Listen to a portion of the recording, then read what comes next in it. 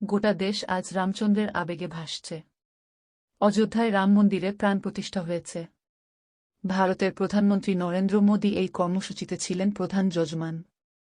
এদিকে রাজ্যের বিরোধী দলনেতা শুভেন্দু অধিকারী কলকাতায় বিরাট মিছিল বের করেন।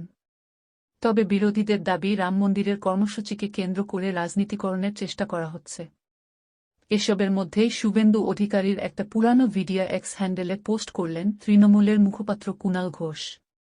সেই ভিডিওতে শোনা যাচ্ছে তৎকালীন তৃণমূল নেতা শুভেন্দু বক্তব্য রাখতে গিয়ে বলছেন, যখন ভোট আসে তখন ভগবান পুরুষোত্তম রামচন্দ্র মহারাজকে পোলিং এজেন্ট বানিয়ে ফেলেন মোদিজি। বলছেন শুভেন্দু। তখন তিনি অবশ্য বিজেপি নেতা নন। তখন তিনি মমতা বন্দ্যোপাধ্যায়ের দলের অন্যতম বড় সৈনিক ছিলেন। তাকে ওই ভিডিওতে বলতে শোনা যায়, এই জন্যেই হিন্দুত্বের সঙ্গে বিজেপির কোনো সম্পর্ক নেই। मोदी भगवान पुरुषोत्तम रामचंद्र महाराज को पोलिंग एजेंट बना देता है, पोलिंग एजेंट बना देता है।